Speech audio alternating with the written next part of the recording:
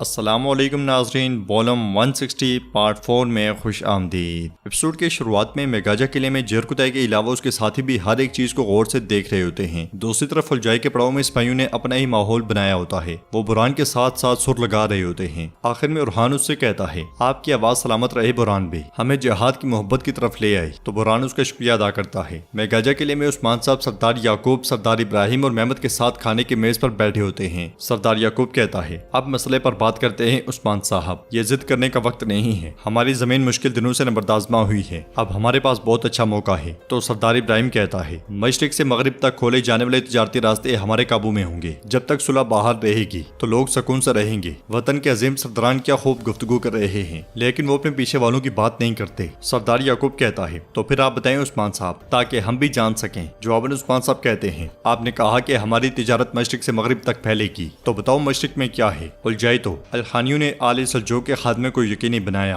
हमारे कबाइल को तबाह किया, हमारी औलादों को कत्ल किया। अब तुम उनके साथ तिजारत करते हुए अजीम बनना चाहते हो। हाँ, उलझाइतों का जिक्र सुनकर उलझाई को बहुत गुस्सा आता है। उस्मान साहब मजीद कहते हैं, अच्छा तो मगरिब में क्या है। बजंतीन ने कुछ अर्सा पहले हमारी सरजमीन पर सुलभी फौज को ठहराने की कोशिश की। उन्होंने हमारी औलादों को कत्ल किया। उनके साथ ना तो सुलह ना कोई मुआहिदा यकीनी हो सकता है। लगता है आप इस सरजमीन को कुफार के हाथों में देना चाहते हैं। तो मेहमद कहता है, हमारे सामने कोई भी नहीं टिक सकता उस्मान साहब, आप परेशान ना हो। फिर सरदार इब्राहिम कहता है, ये सब जो आप बता रहे हैं माजी बन चुका है उस्मान साहब, गुजर गया, माजी बन गया। माजी को देखकर मुस्तकबिल के लिए जदोजहद ना करने वाले ना बने, या तो हमारे साथ एक हो जाएं या फना हो जाएं। हम आपको तिजारत नहीं करने देंगे। ये सुनकर उस्मान साहब मेज पर हाथ मारते हुए कहते हैं, अगर आप मुझे इजाजत देंगे तो आप बुज़दिल होंगे। तुम्हारी चलाई जाने वाली ये मुहिम मुर्दा बन चुकी हुई बाज़ंतीन को जिंदा करने के लिए है। हमें खत्म करने का मौका ढूंढने वाले उलझाइतों को मौका देने के लिए है। नहीं, मैं आपको अपने मुल्क को इस हालत में लाने की इजाजत नहीं दूंगा। सरदार याकूब गुस्से से कहता है, तुमसे इजाजत मांग कौन रहा है? हमने जो करना था किया, अब फैसला तुम करोगे। या तो हमारी बैत करके हमारे सामने गर्दन झुका दो, तो तुम हमारे साथ बहुत दौलत समेटोगे, और अगर ऐसा नहीं करते तो जलकर राख हो जाओगे उस्मान। तो उस्मान साहब कहते हैं, हमारे सामने दो रास्ते हैं, लेकिन वो दोनों रास्ते हमें राख कर देंगे। यहाँ सबसे बेहतर तुम्हारे खिलाफ खड़ा होना है। मैं जिहाद किसी के कहने पर नहीं छोड़ूंगा, ये जान लो। सरदार इब्राहिम गुस्से से कहता है, तो तुम्हारा अंजाम वाजे है। जवाबन उस्मान साहब कहते हैं, और तुम्हारे अंजाम का फैसला मैं करूंगा। तो अल्जाई कहता है, जिस तरह तुमने बुरहान और कोनूर के अंजाम का फैसला किया, वैसे वो लोग कई सालों से तुम्हारे साथ लड़ते आ रहे हैं, लेकिन तुम अपने साथ लड़ने वालों की भी हिफाजत नहीं कर सके, और यहाँ दस्तरखान पर बैठकर सदरान को उंगलियां कर रहे हो। यह सुनकर उस्मान साहब कहते हैं, इस लूमड़ को तो देखो, मैदान खाली समझकर बोलने की कोशिश कर रहा है। फिर उस्मान साहब सरदार इब्राहिम और याकूब साहब से कहते हैं, अपने लोगों के साथ जैसे पेश आता हूँ, अपने वतन के साथ भी बिल्कुल वैसा ही पेश आता हूँ। अगर कोई गलती करने वाला होता है तो अपने मुस्तकबिल, अपने माजी या अपने मफदात को देखे बगैर उसके साथ दो दो हाथ करता हूँ। उन्होंने गलती की और अब सजा भुगत रहे हैं। तुम भी अपने किए की कीमत अदा करोगे उलझाई। यह सुनकर उलझाई पूछता है, क्या तुम वसूल करोगे? तुम्हारा इंसाफ मुझ पर असरअंदाज नहीं होता उस्मान, मैं तुम्हारी आवाम नहीं हूँ। उस्मान साहब खड़े होकर कहते हैं, इंसाफ सिर्फ हमारे लोगों के लिए है, तुम जैसों के लिए सिर्फ तेज तलवार है। जरा रुको और अपने वक्त का इंतजार करो। ये देखकर सरदार इब्राहिम कहता है, अपने आप में वापस आए उस्मान साहब, मेरे आदमी को मेरे सामने धमकियां लगा रहे हैं। तो उलझाई कहता है, मुझे धमकी लगाने तक तो ठीक है इब्राहिम भी, ये आपको धमकियां लगा रहा है। सरदार इब्राहिम गुस्से में खड़े होकर उलझाई को वहाँ से निकाल देता है, जबकि सरदार याकूब उस्मान साहब से पूछता है,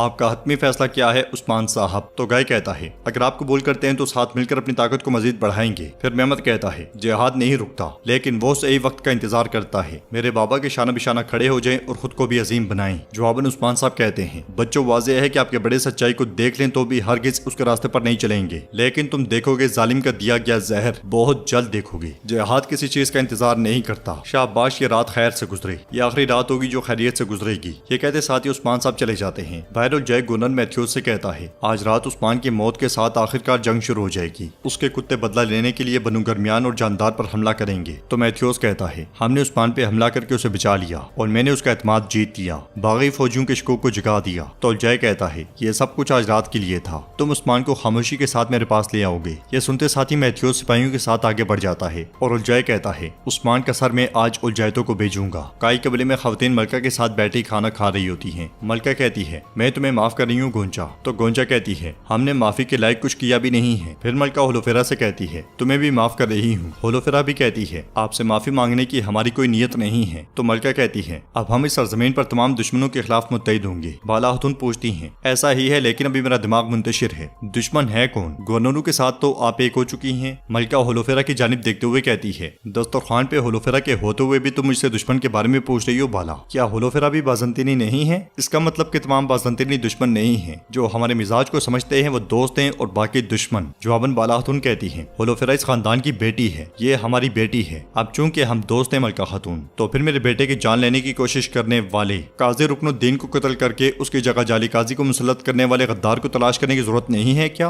अगरचे हम दोस्त बन गए हैं, क्या उस गद्दार ने मेरे बेटे की जान लेने की कोशिश नहीं की? तो मलका कहती है, हम भी बहुत तशवीश में हैं कि यह गद्दारी किसने की। यह सुनकर गोंजा कहती है, कौन कर सकता है? अलाउद्दीन को कौन क्यों मारना चाहता है? तो होलोफेरा कहती है, इंसाफ पर यकीन न रखने वाला शख्स ही ऐसा कर सकता है। काजी अलाउद्दीन को बेकसूर ठहरा कर बरी कर देगा ये जानने वाला कोई? जवाबन मलका कहती है, ठीक है, ऐसा ही है। शायद उस काफिर बाज़ंतीनी जिसने मेरे बेटे को कत्ल किया उसने ये गद्दारी की हो। तो होलोफेरा कहती है, गद्दारी कहाँ से आई है ये यकीनी नहीं है, लेकिन एक सवाल मुझे परेशान करता है, एक बाज़ंतीनी उस काजी के बारे में कैसे जान सकता है? क्या मैंने ठीक नहीं कहा? मलका परेशान होते हुए कहती है, ठीक कहा। और जय के पड़ाव में बुरहान और हान से कहता है, इंशाल्लाह अब से हम बोरसा में भी गज़दे गाएंगे। तो अलाउद्दीन कहता है, इंशाल्लाह अल्लाह ने मौका दिया तो बोरसा के शहंशाह का ताज गिर जाएगा, हम कामयाब जरूर होंगे और मेरे बाबा के ख्वाब को हकीकत का रूप देंगे। इसी दौरान हसरियो वहाँ पे आता है और उरहान के पास जाकर कहता है, उरहान बे, आपके और उस्मान साहब के दुरुस्त रास्ते पर होने का मैं शुरू से ही मुतरिफ था, लेकिन अब मजीद यकीन कर चुका हूँ। मुझे बताएं, मैं आपके लिए सब कुछ करने को तैयार हूँ। तो अलाउद्दीन खड़े होकर कहता है, शुक्रिया हसरियो,